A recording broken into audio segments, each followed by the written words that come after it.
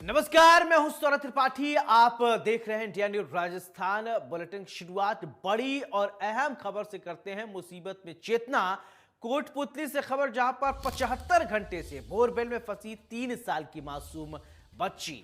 तो मासूम को बचाने के लिए चल रहा है ऑपरेशन चेतन।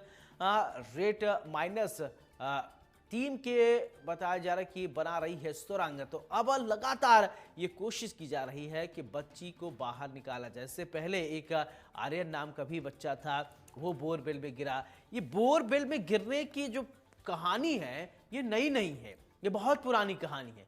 हर रोज ऐसे कहीं न कहीं देश भर से खबरें आती रहती है। मध्य प्रदेश, छत्तीसगढ़, राजस्थान में तो अभी आप देख रहे हैं 2-3 दिन में ऐसा हुआ। एक याद होगा आपको, प्रिंस नाम का एक लड़का जब गिरा हुआ था बोरवेल में, तो उससे सकुशल निकाला गया। आर्यन को निकालने के लिए बहुत कोशिश की गई, लेकिन सफलता हाथ नहीं लगी है। और चेतना को निकालने के लिए अब लगातार कोशिश जारी है।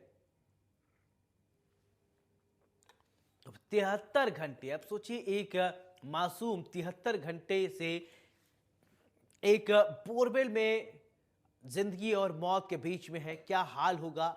अब सोचिए वहां पर अंधेरा किस तरह होगा, क्या स्थिति होगी। अब आप समझ सकते हैं, छोटा बच्चा और बच्ची को बचाने के लिए पूरी कोशिश की जा रही है प्रशासन के तौर पर। लेकिन अब एक सवाल ये भी कि इतने आधुनिक चीज होने के बाद भी इतना टाइम क्यों लग रहा है। बहरहाल हमारे सहयोगी लोकेश भारद्वाज इसी खबर पर जुड़ रहे हैं। लोकेश, ऑपरेशन चेतना लगातार जारी है, बच्ची को निकालने की पूरी कोशिश की जा रही है। क्या ताजा अपडेट है आपके पास? बिल्कुल सौरभ, बताना चाहूंगा कि लगभग ये लगा लो 4 दिन हो गए हैं, लेकिन अभी भी बच्ची जो भूखी प्यासी है वही बोरवेल में फंसी हुई है। और यह बताया जा रहा है कि माँ ने भी, जो बच्ची की माँ ने भी अभी तक कुछ नहीं खाया है। माँ की हालत भी जो बिगड़ी हुई बता रहे हैं। वही दूसरी अभी यह बताया जा रहा है कि जो रेट माइनस जो टीम है, वह टीम जो सुरंग बना करके बच्ची के पास पहुंचने का प्रयास करेगी। उसके बाद हो सकता है कि रेस्क्यू को सफलता मिल सके। जी जी सौरभ। लोकेश, बच्ची की स्थिति क्या है? वो ठीक है, सकुशल है? क्योंकि इतना समय होना और छोटा बच्चा, 3 साल का बच्चे और इतना अबोध बालिका, वो कैसी है, उसके विषय में कुछ खबर मिल पा रही है क्या? बिल्कुल सौरभ, मैं बताना चाहूंगा कि बच्ची के बारे में अभी कोई मूवमेंट नहीं है बच्ची का, ना ही कोई बच्ची का मूवमेंट देखा जा रहा है। अभी इसमें कुछ भी कहना उचित नहीं होगा, क्योंकि बच्ची का कोई मूवमेंट नहीं देखा जा रहा है। लेकिन जैसे अभी हम मेडिकल टीम की बात करें, सीएमएचओ जो डॉक्टर आशीष सिंह शेखावत ने बताया कि बच्ची के पास ऑक्सीजन, वहां जब से बच्ची की जानकारी मिली है तब से रेस्क्यू चल रहा है, तब से बच्ची के पास ऑक्सीजन भेजा हुआ है। और वहाँ ऑक्सीजन जो बोरवेल है वहां पे कंटिन्यू ऑक्सीजन जारी है जो भेजा हुआ। जी जी लोकेश, इससे पहले भी आपको याद होगा कि राजस्थान में एक और इसी तरीके से एक बच्चा आर्यन नाम का था, जो कि गिरा। और अब सवाल एक ये है कि 4 दिन से बोरवेल में भूखी प्यासी बच्ची फंसी है और माँ ने भी कुछ खाया पिया नहीं है। अब ऐसे में रेड माइनस सुरंग बनाएंगे, और क्या लगता है कि जल्दी सफलता हासिल हो पाएगी क्या? बिल्कुल, मैं सौरभ बताना चाहूंगा कि जैसे हम जिला कलेक्टर कल्पना अग्रवाल ने बताया कि जो पाइलिंग मशीन के द्वारा निरंतर जो खुदाई का कार्य है वह किया जा रहा है। और जो खुदाई के कार्य के दौरान जो गीली मिट्टी होने और बीच में पत्थर आने की वजह से जो खुदाई के कार्य में बाधा उत्पन्न हो रही थी। लेकिन जैसे जिला कलेक्टर ने बताया कि हमने एक और अतिरिक्त मशीन मंगवा रखी थी, उसके द्वारा हम पत्थर काटने का काम कर रहे हैं।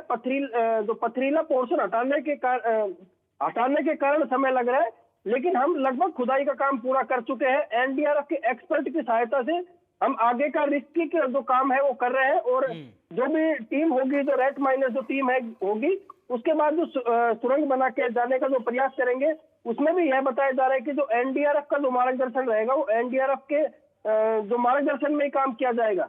जी जी सौरभ। लोकेश, आप हमारे साथ बने रहिए। कुछ लोगों का रिएक्शन है हमारे पास, हम वो चाहेंगे कि दर्शकों को सुनवाएं।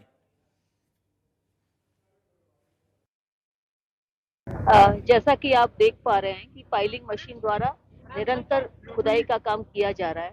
बीच में हार्ड रॉकी स्टेटस आने से, थोड़ा पथरीला लैंड आने से थोड़ी सी काम में बाधा हुई, परंतु ये हमारे लिए, सबके लिए अच्छी बात रही कि हमने एक एडिशनल पाइलिंग मशीन मंगवा रखी थी। तो एडिशनल जो पाइलिंग मशीन थी उससे हमने रॉक कटिंग का काम शुरू किया।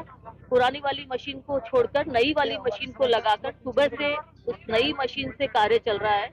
और जितना भी पथरीला पोर्शन, अब जो नीचे का पोर्शन है थोड़ा पथरीला है, हार्ड है, तो उसको निकालने, उसको खोदने में थोड़ा समय लग रहा है, परंतु अब लगभग वो जो खुदाई का काम है लगभग काफी हो चुका है। तो अब जैसे ही खुदाई का काम पूरा होता है वैसे ही हम उसमें जो एनडीआरएफ की जो एक्सपर्ट है उनकी सहायता से, उनके गाइडेंस से, उन्हीं के द्वारा जो है उसमें केसिंग डालने का काम किया जाएगा। और उसमें केसिंग डालने के बाद एक हॉरिजॉन्टल टनल बनाकर जिसकी खुदाई मैनुअली की जाएगी, और जो कि एनडीआरएफ के एक्सपर्ट लोग हैं उनके द्वारा उसकी मैनुअल टनल खोदकर बच्ची को सुरक्षित बाहर निकालने का प्रयास कर रहे हैं। कि रेस्क्यू ऑपरेशन लगातार जारी है। जैसे भी परिस्थिति हो रही है, कभी रॉकी स्ट्रेटा मिल रहा है, कभी कोई चीज जो है मिट्टी गीली होने से मिट्टी ऊपर से गिर रही है, तो इसलिए जो भी परिस्थिति है हो रही है उस हिसाब से तुरंत उसी तरह की मशीनरी मंगाई जा रही है, उसी हिसाब से उसी तरह के एक्सपर्ट मंगाए जा रहे हैं, उसी तरह के लोग मंगाकर और पूरी व्यवस्था की जा रही है। और जितना जल्दी संभव हो सके, हम सब, आप सब दुआ कर रहे हैं, हम सब यही कोशिश कर रहे हैं कि जल्दी से जल्दी बच्ची को बाहर निकाला जाए। लोकेश, मैं आपसे एक बात ये समझना चाहता हूं कि 4 दिन हो गया और 4 दिन में इतने आधुनिक चीज हमारे सामने होते हैं, इतना आधुनिक चीजें हमारे साथ होती हैं, फिर भी हम वहां तक नहीं पहुंच पा रहे हैं। क्या आधुनिकता में अभी इतनी कमी रह रही है क्या, कि प्रयास में क्या कमी रह रही है क्या? बिल्कुल सौरभ, मैं बताना चाहूंगा कि इसमें जैसे जो बात तो है कि जैसे कि जो देसी जुगाड़, जो एल नुमा एक जो यंत्र डाल के बच्ची को ऊपर खींचने का जो 4 प्रयास थे वो विफल रहे। तो वह प्रयास किए, लेकिन जैसे अभी आज सुबह जब जिला कलेक्टर से बात हुई तो उनका यह कहना था कि जो पाइलिंग मशीन है, पाइलिंग मशीन को लाने के लिए उनको कई जगह रोड बनवाने पड़े, कई जगह विद्युत के जो पाइप, जो खंभे होते हैं, विद्युत के खंभे होते हैं, उनको हटवाने पड़े। उसके बाद इस जगह तक पाइलिंग मशीन पहुंच पाई। इस वजह से पाइलिंग मशीन के आने में देर लगी। और इससे पहले जो एनडीआरएफ के और एसडीआरएफ के जो रेस्क्यू चल रहा था, तो वह शुरू से जारी है। आज 3 या 4 दिन हो गए तब से वह रेस्क्यू जारी है। और पाइलिंग मशीन आने में टाइम इसलिए लगा और वह देरी इसीलिए लगी क्योंकि कई जगह सड़क बनानी पड़ी और कई जगह जो बिजली के खंभे वे हटवाने पड़े, ऐसे जिला कलेक्टर कल्पना अग्रवाल का कहना है। जी सौरभ। बिल्कुल लोकेश, बुधवार सुबह 8 बजे से गड्ढा खोदने का काम शुरू हुआ था। मेजरमेंट सही नहीं होने के कारण 32 घंटे तक खुदाई चलती रही। गुरुवार सुबह 10:40 पर रेड माइनस को सुरंग खोदने के लिए नीचे उतारा जाने वाला था, लेकिन मेजरमेंट में समस्या होने के कारण 6 घंटे पाइलिंग मशीन को दो बार चलाकर फिर से ड्रिल किया गया। यानी ये सही अभी हमारे पास सटीक टेक्नोलॉजी नहीं है क्या? बिल्कुल सौरभ, मैं बताना चाहूंगा कि यह इस कारण से हुआ बताया क्योंकि जैसे बताया जा रहा है कि जो पथरीला पोर्शन वहां आ गया था, जैसे वहां बीच में पत्थर आ रहे थे, तो एक मशीन वहां, इसीलिए जिला कलेक्टर ने बताया कि 2 मशीन मंगवाई हुई थी क्योंकि पथरीला पोर्शन था, तो एक मशीन काम नहीं कर रही थी। इसी वजह से वहां दूसरी मशीन को लगाया गया, इस वजह से वहां दिक्कत आई।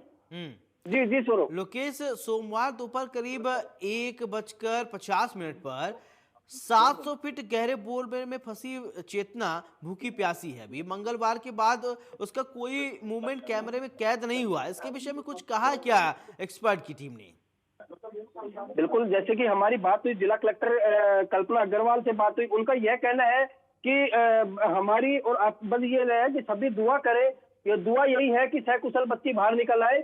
और जैसे जो डॉक्टर आशीष सिंह शेखावत है जो सीएम है, तो उनका यह कहना है कि हमने ऑक्सीजन वहाँ जो जिस समय से उसी समय से वहाँ ऑक्सीजन जारी है, ऑक्सीजन उसी समय हमने वहाँ चालू करवा दी थी।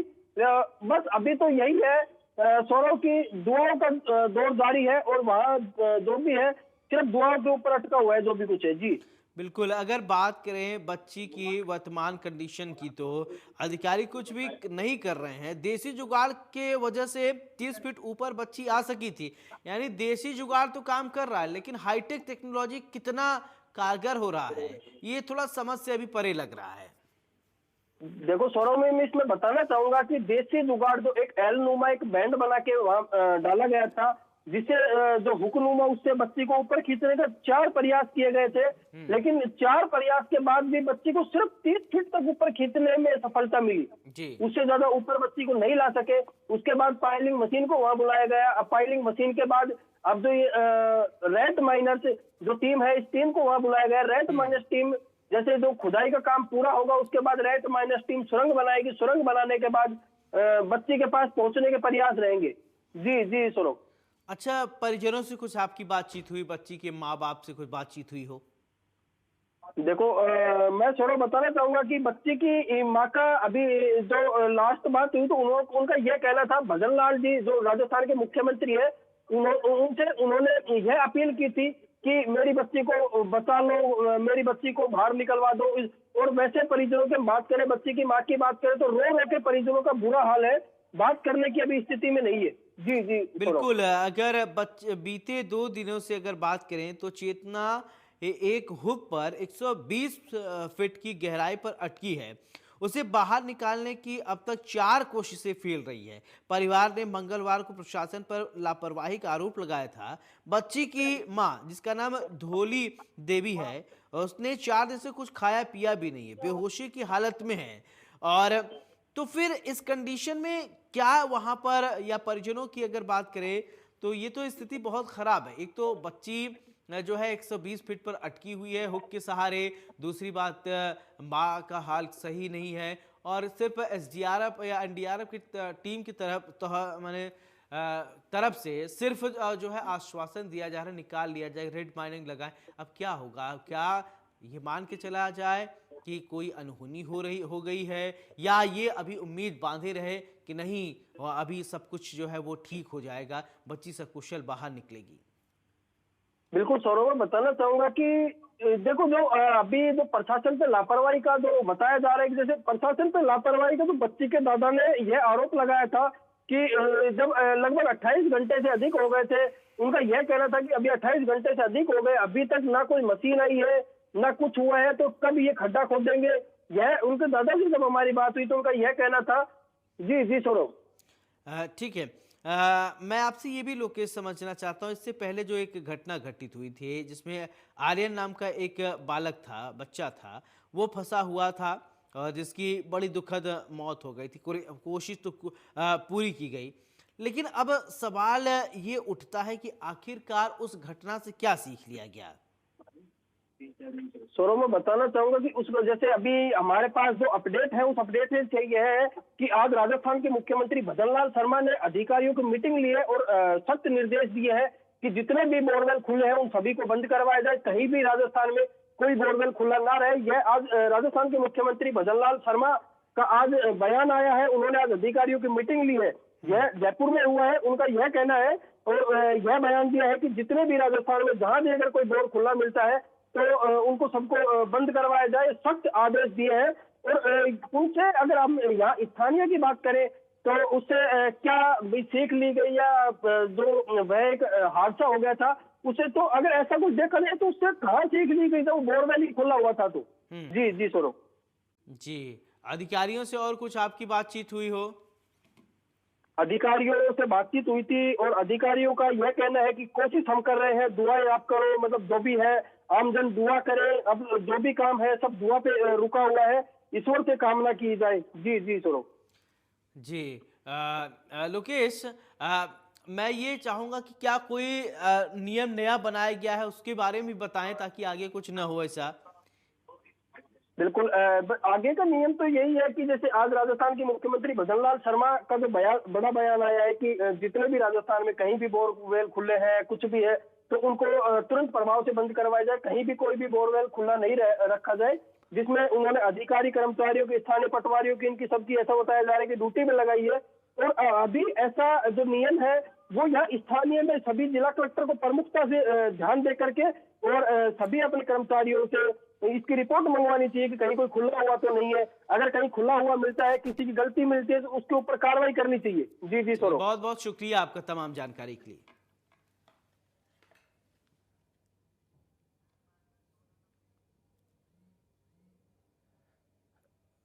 और इसी के साथ यहां रुकेंगे एक छोटे से ब्रेक के लिए।